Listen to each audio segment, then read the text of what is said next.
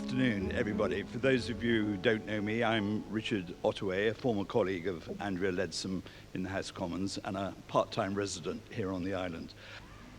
Andrea's come to talk about her book, Snakes and Ladders, the ups and downs of British politics. And I can do no better, frankly, than quote or read you the quote of Laura Kuenssberg on the cover, a warm and personal story of the highs and horrors of modern political life, with gasp-inducing details of friendship and betrayal. Read it, and you'll understand better the collective nervous breakdown of the political class during an extraordinary era. Ladies and gentlemen, welcome Andrea Leadsom.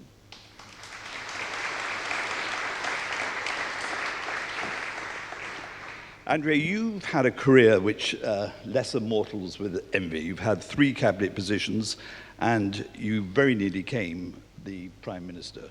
But I just quite struck reading your book, where the point where it really started for me as a politician was the extraordinary story is that you delivered a baby in the morning. Her husband is here, by the way.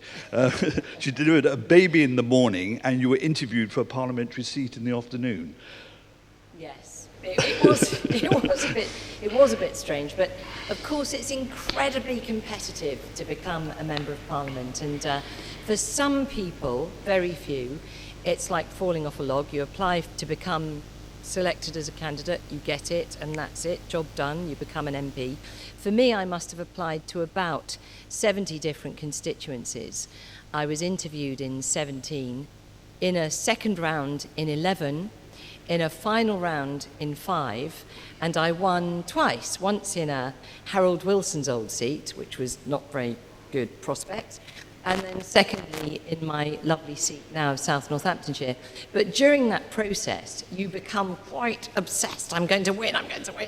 And so anyway, my application to Reading West was made when I was about 6 months pregnant. And so did the first round interview, all went well.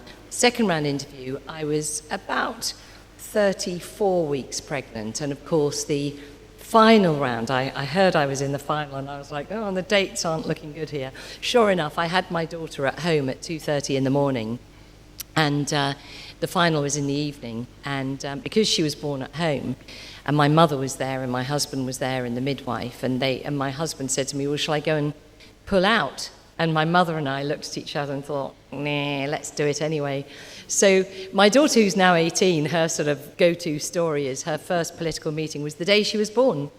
But sadly for me, when I got there and I announced very cheerfully, I had a baby this morning, and you could see they were like, yeah, right. And sort of older people in the audience were adjusting their hearing aids, thinking, did I hear that right? And others were thinking, well, you're obviously mad then. So I didn't get chosen on that day, which was probably just as well. There you are, ladies and gentlemen. You know why politicians behave the way they do. Anyway, you first got elected to Parliament in 2010. And in your first term, which when you overlapped with me personally, but you were marked out as someone who was pretty sure of her views. You voted against the government on HS2, against the government on their policy of not having an EU referendum. You voted against assisted dying, and you voted both ways, both aye and no, for same-sex marriage. You were pretty sure of your ground in all that time. Yes, there are some things I'm very sure of my ground on. And so, in a way, that kind of makes me sound like a serial rebel. HS2, I'm a banker, 25 years in finance before politics, and to me it was a project that didn't make sense. And the reason I cared about it a lot is because it runs through my constituency, but nevertheless, it's an eye-watering sum, and it didn't make sense to me as a financial project. On the EU referendum, I just thought the British people should have their say. So that was just a on-principle point. On assisted dying, that is my view, that we should not be enabling the risk. It's the same as being against capital punishment. There is a risk that people will be able to get away with killing other people once it becomes legally permissible. So that is a very specific reason.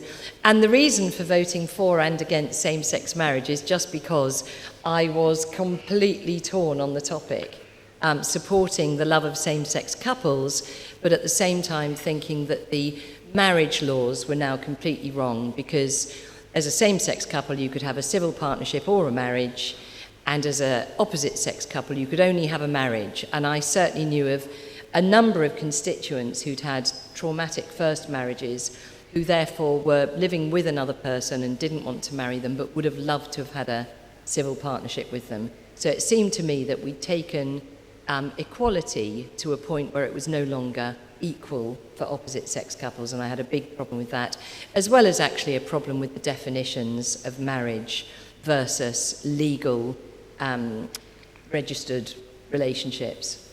Anyway, this obvious talent was recognised, and you were appointed by David Cameron as your first job in the Treasury under George Osborne. What was it like working with George Osborne?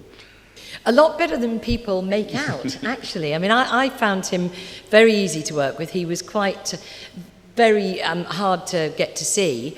And of course, the Chancellor sits in a huge office in the Treasury, and a very, very grand office. But the observation I made was that his special advisors would turn up in jeans and would sit and eat their pot noodles at his big table. So it was obviously not all that grand. It was only me that felt intimidated by it. But actually, the Treasury is a brilliant place to work, because, you know, you have the big set-piece events on budget day where go out, the Chancellor's got the red box, and you're all sort of in a line-up and marching out looking terribly important. But like any other job, behind the scenes, it's all a negotiation. So we would sit in the Chancellor's office and debate. You know, we could cut this tax, we could raise that tax, we could scrap this allowance, we could change this here, that, there. And every time we'd have a calculator that would add up the savings and the costs, and ultimately decide, haggling between us, what was the most sensible level of change for the next budget. And that's how you end up with things like that terrible pasty tax. But one thing that was not me, by the way, but the much more popular things with, for example, pensions freedoms. So some very, very big decisions that you get to make in the Treasury that can really change people's lives, hopefully for the better. I mean, that is the idea. That is, by the way, why we go into politics, just in case you were wondering. And then, and don't forget, ladies and gentlemen, she's still in her first parliament, you're promoted into the cabinet. Actually, I was promoted into the cabinet after 2015. Yes, you have me confused for a moment there, yes. Yes, straight after the election. Yeah. So we have the 2015 election where David Cameron gets an overall majority. Yeah. The coalition is behind us. And there you are in the cabinet. What was it like sitting around the cabinet table for the first time? It was very fraught. It was 2016. Theresa May had become Prime Minister because I'd withdrawn from the final two, in my opinion, in the interest of the country, because we really needed certainty. UK had just voted to leave the EU, and Theresa had huge support from MPs, so it seemed to me the right thing to do. However, I was not expecting to be offered a job in her government, so to then suddenly be parachuted into the cabinet, and not only that, but as the Secretary of State for DEFRA, Environment, Food and Rural Affairs, was extraordinary, because of course, as many of you will know, DEFRA was the one department that everything they did, they were told to do by the EU. So this was the place where you could really make a difference. So for me, it was brilliant, because, you know, having fought for the UK to leave the EU, I was now in a job where I was able to make a success of it. And so that was really, yeah, I was really driven by that. But at the same time, as you will recall, no doubt, we only had a 12-seat majority even then, so it was a wafer-thin majority. And very soon into that Parliament, Theresa May had various colleagues, not me, trying to persuade her to hold a general election so that she could, number one, get her own majority, and number two, have many more Conservative seats. We'll come to that election in a second. But you've gone from the junior ranks into the cabinet under Theresa May, but one heck of a lot happened in between. Yeah. And it comes out through in your book like an Exocet missile. We had David Cameron, re-elected, decides to honour his pledge to have a referendum on the EU. You were, when you first came into Parliament, when I first met you, you were a reformer of the EU, and then you became a leaver. Just talk us through how you changed your mind as we ran up to that referendum. Yeah, so you're absolutely right, Richard. I went into Parliament with 3 Bs, babies, banks and Brussels. Brussels was a strong desire to see the EU reformed. So like most people here, I grew up in the EU. It didn't seem to me like that you'd want to leave it. Why would you want to leave it? But what I did was to set up with a couple of Conservative colleagues something called the Fresh Start Project. And what that was a real deep dive into how we could reform the EU to make it work better for all 350 million citizens living in the EU. And we did a huge amount of work. We had doorstops, we had support from think tanks, we were travelling across the EU to meet with like-minded politicians who wanted to see reform, whether it was of the Strasbourg circus, free movement, the fact that the EU never got its budget signed off, whatever it was, the fact that they shouldn't have an army to compete with NATO, all of these things, we got lots and lots of support for these reforms, and we whittled it down into one document called a Manifesto for Change, which we presented as the Fresh Start Project to David Cameron when he said he was off to the EU to negotiate reform. And here are the 10 proposals. Get these, and we'll all support staying in the EU. So he went off on that mission, came back on February the 20th, 2016, with nothing, literally nothing that was in that Manifesto for Change. So for me, I'd always been quite clear with him, we met and discussed this on a number of occasions, that for me, this reform was the absolute bare minimum, and without it, I would be supporting Leave. And of course, David Cameron had really unusually, I was Energy Minister at the time, and he'd called all of his ministers in and waived collective responsibility. Now, that's a big deal that no Prime Minister has done in this many a long time. And what that means is, what he said to us all is, you must do what you believe is in the interests of the country. So regardless that you're all ministers and I'm going to be supporting remaining in the EU, you have to do what you think is in the interest of the country. So suddenly, instead of it being, right, well, if I want to support Leave, I need to resign, I was like, whoa, so I'm actually being encouraged to do what my conscience tells me to do. So it was that decision on the 20th of February 2016, as far as I was concerned, the EU will never reform, and therefore we have to leave it. And to this day, I still hold that same view. I know it's not shared by you, Richard. Shush. This is your book, not mine. And so David Cameron calls the referendum, and he waives collective responsibility. So the party is allowed to split into the various camps. You were saying you went into the Leave camp. And your rise as a national figure took place literally over those few weeks of the campaign, and you ended up doing the big final debate at, was it Wembley? Wembley. It was at Wembley, where you were one of the key performers, presenters. How did that campaign feel to you at the time? Did you think you were going to win? I thought we would win right from around about April time, when there was a RTE, which is a French panorama-style TV programme, came over to the UK with their crews and their interviewers to talk to people up and down the UK about how they would vote. So April 2016, by now I was firmly in the Leave camp. And they came to interview me, and I was chatting to them in French, as it happens, because everyone likes to think I'm a little Englander and, probably never been to France, for example, which wouldn't be true. But they were chatting to me about what others had said. And what these chaps were saying to me is that everywhere they went, people would say, well, I'm not going to say this on air, but I'm planning to vote Leave. And it seemed to me that that was my experience up and down the country, people saying, well, I wouldn't admit to it in public, but... And yeah, I thought we would win, and so, but also I had the knowledge of seeing the problems with the EU, and also that iconic moment of seeing that they were not prepared to change.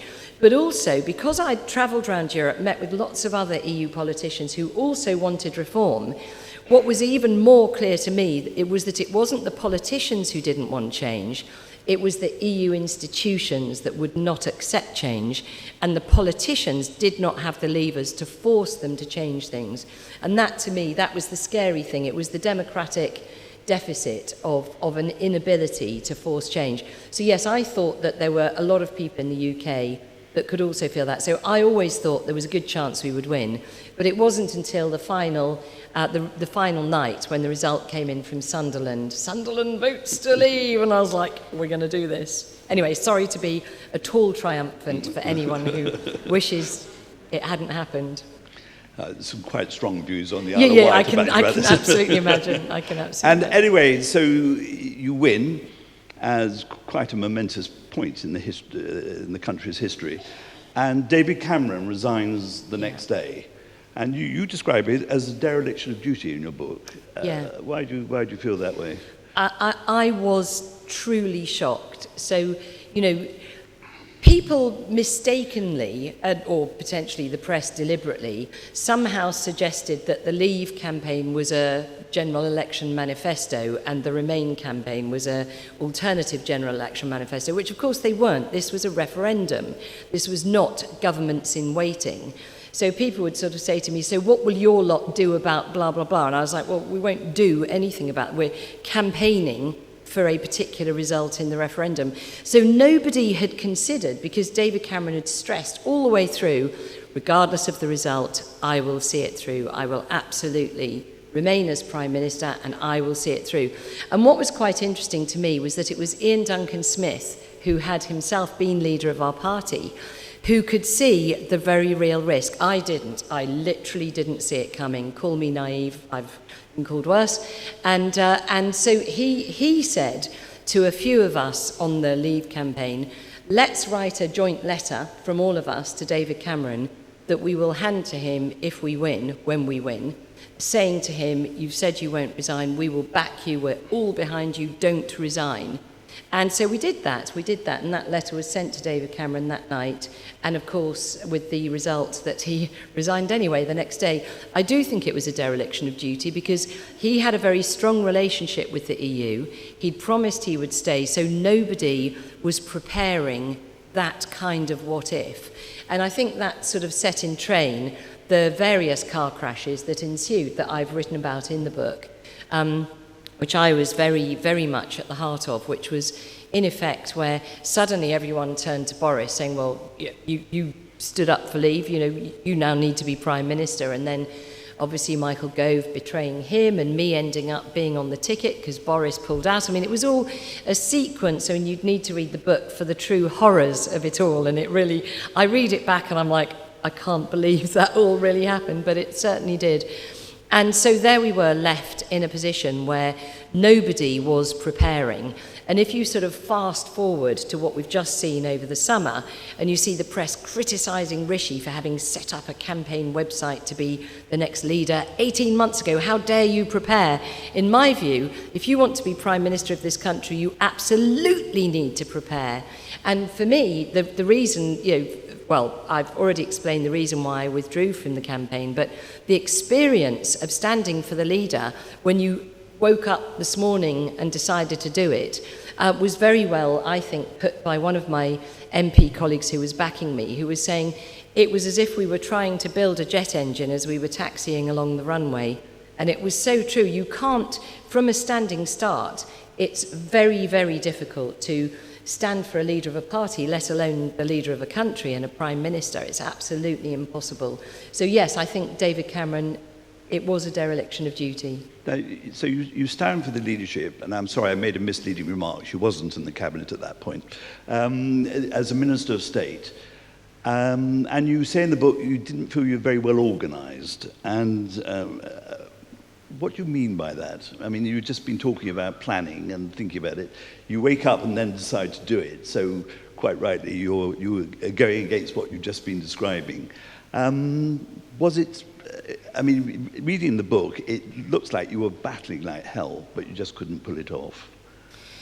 Yes, I think that is absolutely true. I think that, as I say, because it was nowhere on my radar, I was trying to encourage voters to leave the EU, not to launch a prime ministerial campaign.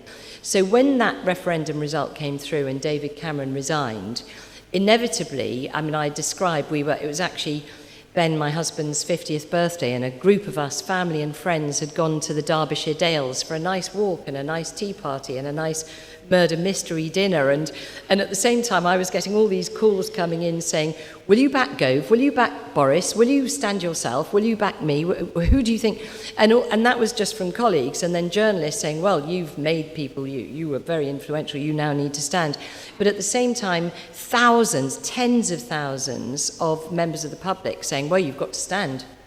We voted for this because of you, and now you've got to stand. So there was all of that going on in the background. And so I did feel, yes, I need to stand and be counted, but I really did feel the right thing to do was to back Boris. So it wasn't until an issue over Boris actually really being Boris, I think everyone knows what that means, slightly disorganised, that I ended up standing myself. So it was actually an accident. So yes, it was I gave it my best shot. I'm very clear in the book about the complete errors of inexperience and naivety and lack of preparedness, and I'm very clear about those in the book, so I'm not trying to blame anybody else at all. But ultimately, none of those things was the reason for pulling out. The reason for pulling out was because Theresa had 199 Conservative MPs backing her to my 84. So if you think about that in the context of what we just had, she had overwhelming support. But not only that, but we've also seen what happens when Conservative MPs turn against you, and there were lots of MPs who were Remainers who were saying, if Leadsom's our Prime Minister, I will resign the whip, I will no confidence her, blah, blah, blah, blah. So it seemed to me we were faced with a 9-week campaign at a time when the pound was dropping like a stone, the stock markets were jittery, and Theresa May had overwhelming support of the parliamentary party.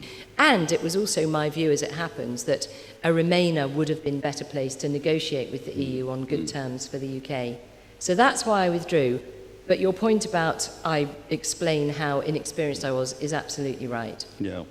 And I think, a lot of people respected you for that because you realise, indeed, the parallels today, that Liz Truss may run into trouble because she doesn't have the support of the majority of the party, parliamentary party, and you could see that problem and respected it, and to me that gives you a lot of credibility. Anyway, this is recognised by Theresa May, and she points you to DEFRA. You've spoken about it briefly, but you said you felt in the book you're rather being run by number 10. It was once you're in the cabinet, you found it was a slightly different setup from having a good time in DEC and the Treasury. It's so true, and actually I think it's a really interesting point for people who are interested in politics but not in politics, is people think that if you're an MP you've got loads of power, if you're a minister you've got loads of power, and if you're in the cabinet you just pull levers and things happen. And of course, as you know, Richard, that's simply couldn't be further from the truth. So even when you're in cabinet, you attend cabinet meetings and there's a sense at which surely you discuss everything there. But no, not the case. I mean, I served in cabinet for 3 prime ministers, and it's simply not the case. You just don't have the same level of power or lever pulling that you think you would have. So you do get to move things forward, but at the same time, the frustration is enormous, which is why all roads lead to the top job. Ultimately, if you're a backbencher, you need to be a minister. If you're a minister, you need to be a senior minister. If you're a senior minister, you need to be prime minister in order to get things done. And even then, David Cameron was quite clear that he was tolerated. He was allowed to do 1 or 2 things, but otherwise he's sat on. So who's in charge? I think there's a very big question, particularly in the UK, particularly at the moment, because there is this sense where it's very, very difficult to get things done. And famously, the American system is supposed to prevent politicians from getting things done with Senate and Congress. But here in the UK, we seem to be moving more and more towards a presidential system where the Prime Minister is completely constrained. We have an 80-seat majority, and there are still things that the Prime Minister cannot get done. So I think there is a very real challenge with how you deliver things. And in my view, my advice, such as it is, now being an old lag, I feel I'm allowed to dish out advice. My real advice is to take people with you. Is the only way you can get things done in politics is when you take people with you. And, you know, I know you're planning to mention my early years project, is by taking people with me. Or you could call it another thing, is banging on about it forever until everyone gets the hang of it and they're just like, yes, okay, you can have what you want, just stop going on about it. And that also works. Then, so you have your period in DEFRA, then we have the 2017 election. Unfortunately, time doesn't permit for us to talk about it much. And Theresa May loses her majority. But she appreciates the support that you gave her, and she made you leader of the House. And if ever I could have had a job, I would love to have been the leader of the House. And this was a unique time. You were the leader of the House with a minority government, which is not the normal thing. And of course, there was a central character in all this, was the Speaker, John Bercow. Oh, was that? Speaker Bercow. Do you remember him? And vaguely. So what was... John Bercow, to many people, behaved in a more extraordinary way. What was his agenda? I mean, that you'd need to ask a psychologist, you know, to be honest. I mean, there is this thing that power corrupts, and absolute power corrupts absolutely, and it would be very easy to think that it was simply that I genuinely don't know, but suffice to say that he really was very, very damaging in so many ways. And at the one level was the way he treated his staff outside the chamber was unbelievably unacceptable. And for me as leader of the Commons, I used to have to meet him every couple of weeks, was the leader and the speaker would have a meeting. And if I can just say, it reached the point where I would take somebody with me because these outbursts were so, I mean, literally, I on occasion thought he might take a swing at me, and it was usually over the fact that I'm the speaker and you don't know, you're wet behind the ears, I've been here, and I'd be like, okay. And occasionally I would say, I think this meeting's finished, and I would just leave. But I mean, that was outside the chamber, and obviously inside the chamber we were dealing with colleagues in tears, which is one thing, just because when you really insult someone, you know, what do you look more stupid than usual, I heard him say once to an MP. In public, on Hansard, on the television, forever. And then other people, he'd say, she thinks we want to hear what she thinks about this. Well, we don't. She's mistaken. It's just so humiliating. And I know it made for good television, and he had his followers. But actually, for the individuals, it was absolutely humiliating. But not only that, but people would come and say to me that he wouldn't call them. So if they'd asked a question and he'd be like, too long, sit down, she will sit down, like that. And so she would sit down, trembling. And that would be it. He wouldn't call her for, you know, weeks if she wanted to ask a question or speak. And that is just an outrage. Actually, many people on the floor of the House saw him call you a stupid woman. Yes. And what was your reaction to that? I've been called worse, actually. At the time, I didn't see it. So what happened was, I mean, lovely job, you're absolutely right, leader of the House is the best job. If you ever get the chance, take it. And it is a wonderful job, but one of the things that's wonderful about it is that you're the government spokesman in Parliament, but you're Parliament spokesman in government. So you actually pour oil on troubled waters across the House. So you actually, although you have some great banter across the chamber, it's not the evil, hostile, tribal thing. And actually, one of your jobs as leader is to get people's private members' bills through. And those are small laws that any member of Parliament, backbencher, can get through in government. And there have been some fantastic laws, you know, the making assaults against emergency workers illegal, paying for the funerals of children where the families can't afford them. Just little laws that really make a difference to people's lives. So you actually build some goodwill by helping colleagues of all parties through that. So therefore you have a good relationship with Parliament.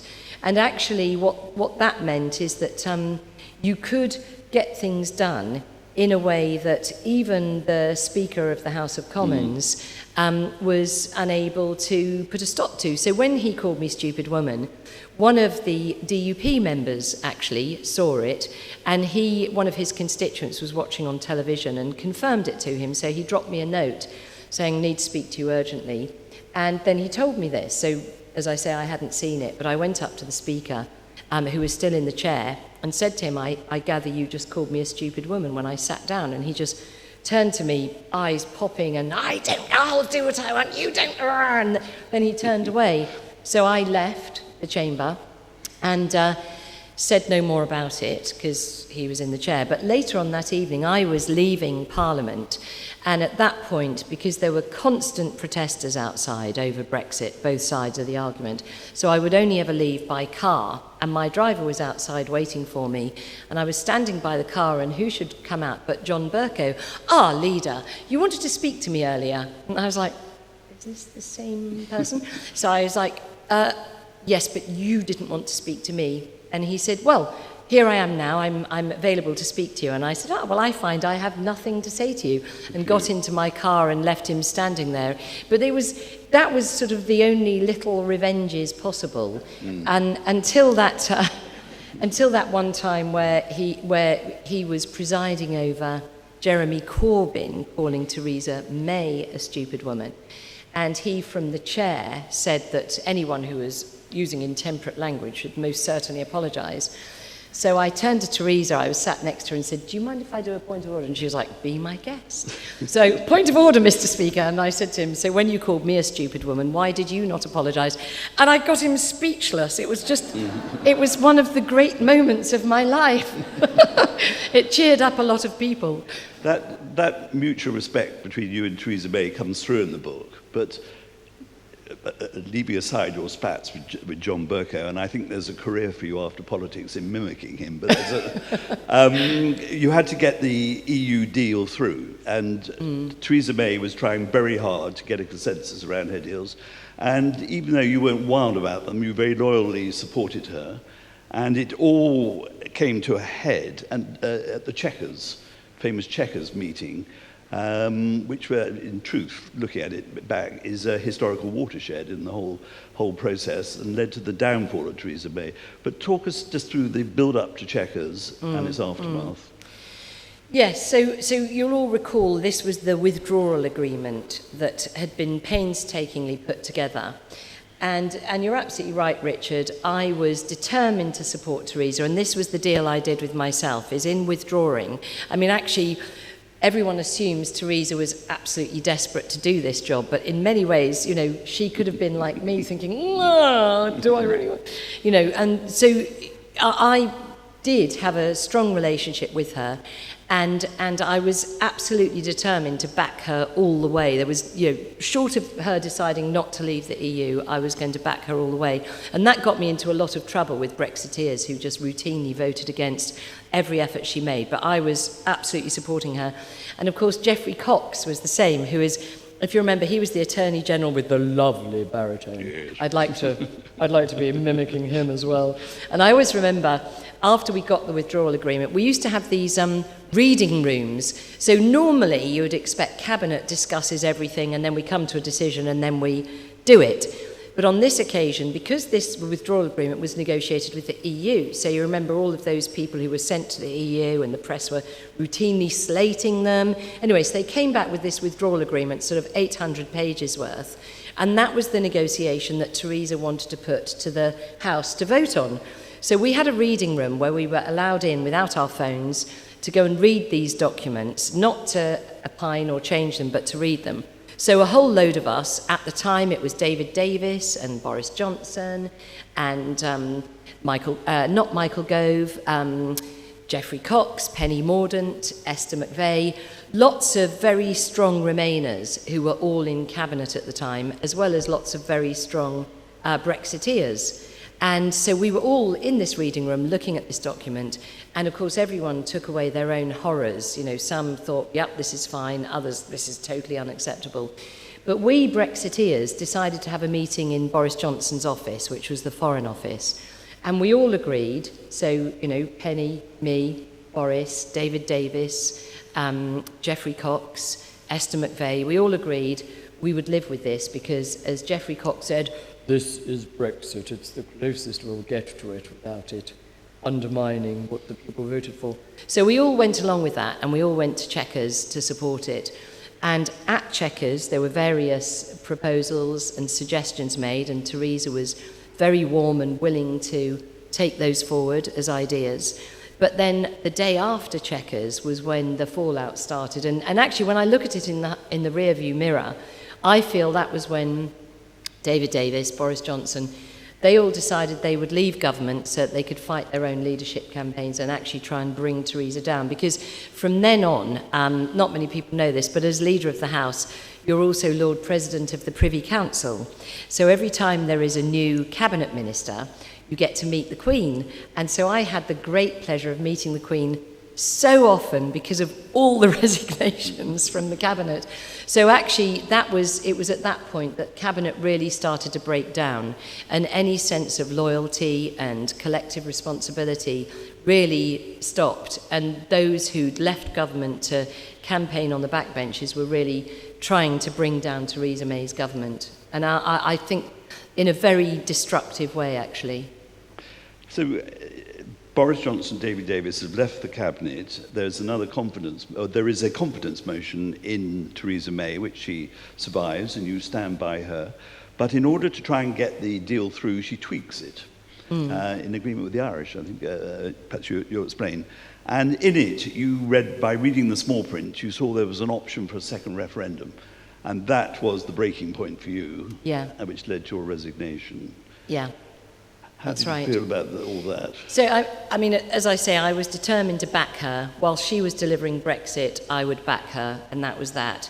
And so we reached the point, we'd had several votes on the withdrawal agreement. I mean, actually, if you look in the back of my book, painstakingly, my Chief of Staff and I have done a Brexit legislation timeline, and it is the cure for insomnia. I mean, it's there for all PhD students for years to come to see what an absolute dog's dinner it was, and that was my job as Leader of the Commons, was to try and get that legislation through. But so there were lots and lots of iterations, loads of votes. We lost them all, some by loads, some by one. Even one vote where it was a tie, and extraordinarily, John Bercow sided with the government, which was complete bizarre as far as I was concerned, but nevertheless quite notable. And historians will actually write about this for years to come. So essentially, what we had there was a final iteration of the withdrawal agreement, and in it, having consulted with the opposition, it had a clause in it that said, should the House vote for a second referendum, a minister would bring forward the legislation to put in place another referendum. And in my view, that was totally breaking faith with the referendum, and I couldn't support it. So I actually had Privy Council that very day, went to say goodbye to the Queen, and then came back and resigned. Andrea, we're running out of time, and I want to give you a couple of minutes on the early years review, but the other central part there was that 2 days after this, Theresa May herself resigns, and it leads to a second leadership campaign. You put your name in again, and it's not successful. In fact, it's nothing like as successful as the first one. Do you think if you hadn't run the first time, you would have actually been more successful the second time? It's an interesting question. I'm not sure in my case that would have been true, because my career has been very, specifically, unusual. But I think, as a general rule, you don't get more than one chance at the leadership. No, I agree. And afterwards, anyway, Boris wins that battle, and you back Boris, and he puts you in the business department. Which you clearly enjoyed at the time, and you had your first confrontation with Dominic Cummings and your former spad, Lee Kane. Anyway, you survived that at that point, and you have briefs, the energy brief, the nuclear brief, and then we go to the 2019 election where Boris gets his huge majority, and you were hanging on in there right with him, and then rather unkindly he sacks you 2 months later. Yes. Why was that? I mean, you never know. Yeah. I mean, this is the title of my book, Snakes and Ladders. It's you roll the dice and you see what happens, and, sometimes you're up, sometimes you're down. I mean, my guess, what I've been told, is that Dominic Cummings had it in for me, which I think is a badge of honour, don't you think? To have Dominic Cummings have it in for you. And, of course, only a few months later, Boris had it in for him. So there you go, Snakes and Ladders. But I mean, I genuinely, in politics, in life, I don't like bullies. Dominic Cummings was a bully, as was John Bercow, and I fell out with both of them big time. But at the time of that particular reshuffle, Dominic Cummings had the ear of the Prime Minister, and I was reliably informed by a now ex-Chief Whip that his target number one was me. Andrea, you're still there. Cummings and Bercow True. gone. Yeah, very true. Yes. And so you go through the pandemic. You spend a lot of time in the constituency, but Writing this. Sorry. Writing this book. Yes, writing the book. But Boris Johnson, though he's Prime Minister, invites you as a backbencher to chair the Early Years Review, which, I've just got to read my notes here, is a review of the first 1,001 days of a baby's life. And you say quite clearly that you think politics is a worthwhile profession, occupation, and you use this as a very good example. Yeah. Tell us the story there. Of the review, how you got it and what conclusions you reached and how it's been implemented. Well, thank you for the opportunity. Yes, for 25 years I've been involved with babies, particularly with psychotherapeutic support for families who are struggling. And I've got my own 3 kids, the oldest is 26. So I've had a long experience working with charities who are trying to help families with very young babies. And of course, we see the devastating impact for society and for lives and so on, babies who are abused, neglected, self-harming, miserable, blah, blah, blah. So yes, I've been involved with it for a very long time. And very famously, a lot of my colleagues say Leadsom's always banging on about babies, which is why, in my view, if you want to get something done in politics, you need to choose a couple of things. I went into politics with babies, banks and Brussels, and the babies bit is my real passion. And Boris asked me to lead this review because he'd heard me banging on about babies forever, all the way through Brexit, all the way through everything. He'd heard me banging on about it, and he was really interested in it. And so he gave me the chance to talk him through the development of the human mind and how it's very attuned to its earliest experiences. And if we could make the earliest experiences better, we could transform our society. So he bought that and he said, right, you chair this review, which I did. I've been chairing it now since about the summer of 2020. And we're now rolling this out. It's part of a 6-year project to transform support in the early years. So when people say, is there any point being a politician? When you have something like that, which will really change the world, I think absolutely yes. So my strongest piece of advice to any aspiring politician is to not graze like a cow, but to actually choose the things you really care about and just to go for them. And I'm sure you'd agree, Richard, that we all as MPs get to know one another's things that we're expert in and that we care about.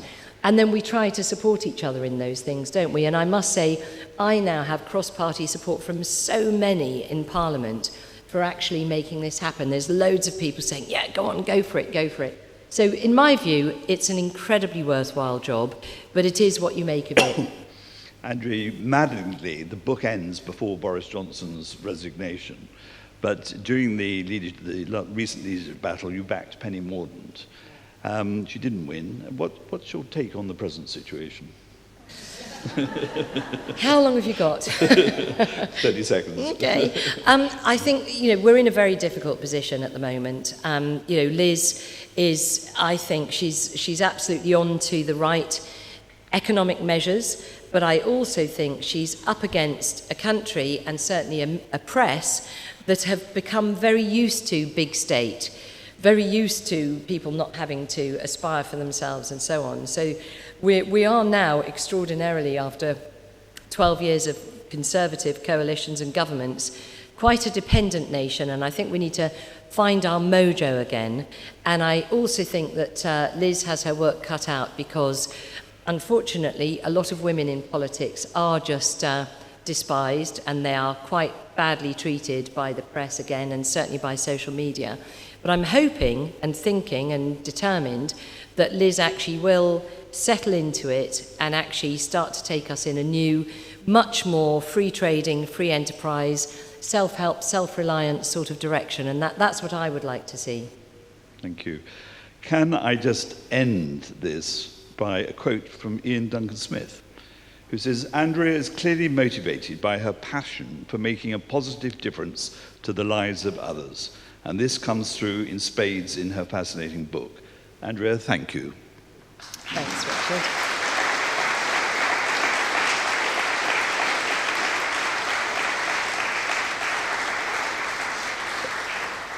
We've got a little bit of time for questions. Anybody got any questions they want to ask? And one gentleman here, the second row, the man with the mic, second row on the left. Where's it? The mic's just coming.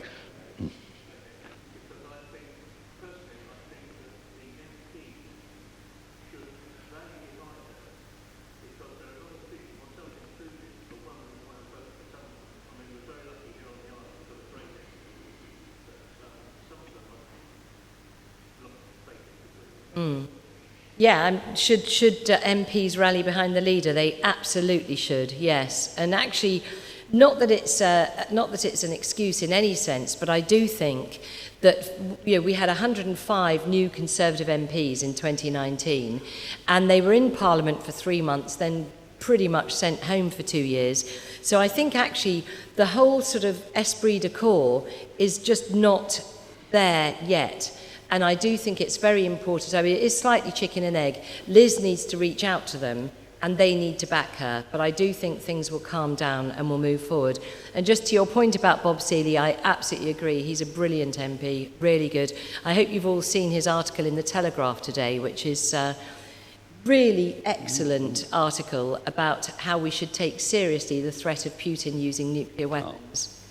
He was here an hour and a half ago talking about just that. Was he? Yes. Any more questions? Can I see any? Yes, gentleman there, third row on the right. Do you think the Conservative Party has the right method? Ex-MP. That's a very good question. Do we have the right method for choosing a leader? I would say that the problem that we've had is the turnover at a time when we're in government. And so I think the frustration for the leaders themselves as well as for the public is that inevitably, because we don't have a presidential system, so it is for the party to choose its leader. And so in the sense of, are we choosing the leader the right way as a party leader? Yes. But does that satisfy the public? No, it doesn't, because they don't see why they should have a different leader foisted on them than the one they voted for at the general election. So I think there is a real problem. I think if you're in opposition, it's fine to choose your leader that way. But when you're in government, it's much more problematic. And I think we've seen it now a few times. Also, as a little postscript to that, I think when you had, as we did this time, 3 candidates who were quite close, it is actually problematic for Liz because she only had 118 Conservative MPs supporting her. So going back to my own situation where I had 84, she is experiencing some of what I feared would have happened to me because a lot of MPs didn't back her, so they don't feel that natural loyalty. So I do think you're absolutely right. It's always a good idea to review it and to not stick with the same system if it doesn't appear to be working.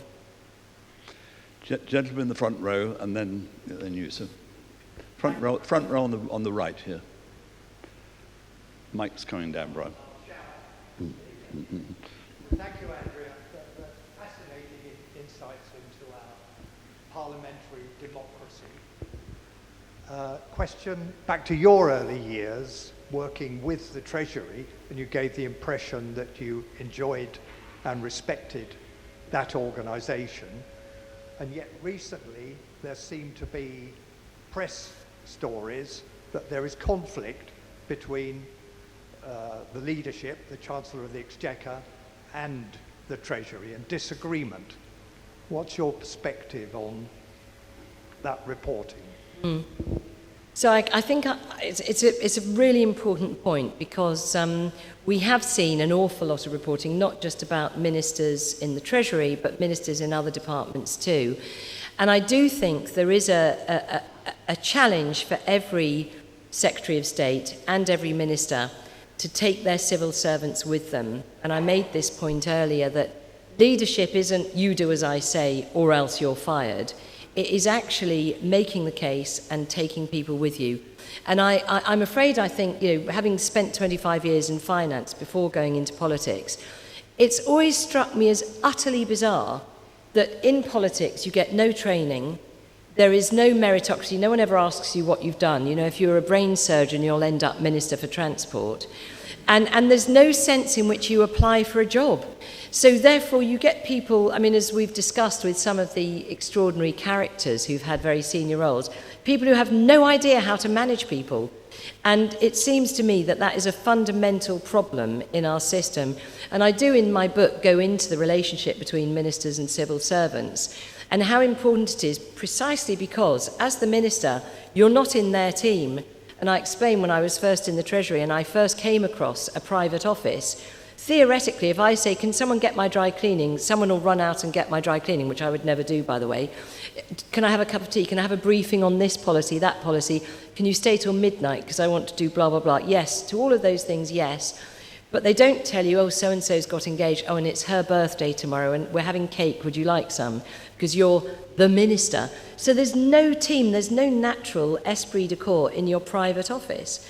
And it's a fundamental problem. So I think ever more so as the press get more and more stuck into finding stories, they will find evidence of that dislocation between what the minister does and what the civil servants do.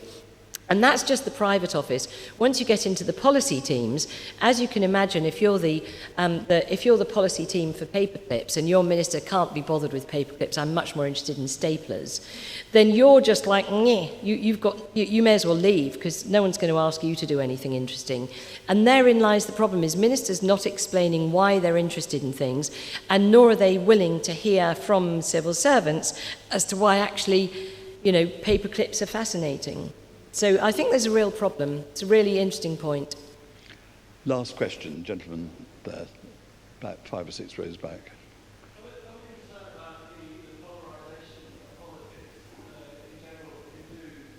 Apparently the more extreme ends, and you've seen that in Italy, you see the rise of the right in France, the Republicans in the US. I sense it in the UK as well, and I'm concerned about the discourse of politics and the acceptance for other views and the tolerance for the middle. And that concerns me, and I don't know how you feel about that. Yeah, so in my opinion, the reason for polarisation is because of the enormous frustration, as I explained, even if you're in the cabinet, that you can't get anything done.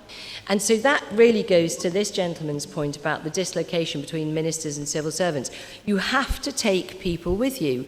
And for members of the public, my constituency bag is full of people saying, I can't get my driver's license renewed. What's wrong with these people? And it's that frustration that things don't work. No one cares. No one's accountable. No one makes things happen.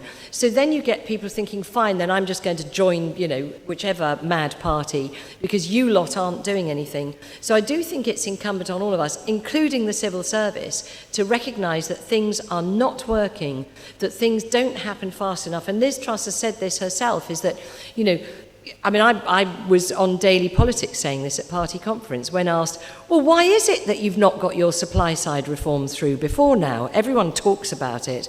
And I'm saying because they're trying, ministers are trying, but it's so difficult to wade through the bureaucracy. And so actually when you hear of, well, we're slashing the civil service and civil service up in arms, you can't slash the civil service. Actually, in my view, that is the answer. Just in my early years project, I have a team of 40 civil servants. It started off as 6 and we were cooking with oil. Now it's 40 and things have slowed down. Because they don't know that this is what they're doing and they didn't hear that this was going on here. It slows things down. And then when you end up where you've then got to sign things off through 6 different departments at this level in order for it to go up to that level to get signed off back that way and then to the minister, it's completely crazy. So things have to speed up. So I think Liz is on the right track in that and I wish her well with it. Andrea, thank you very much. The title of the book is Snakes and Ladders, Navigating the Ups and Downs of Politics. I think you've given us a pretty good flavour of what it's like. Ladies and gentlemen, so thank you very much indeed. Thanks, Richard. Thank you. Here we go, yes.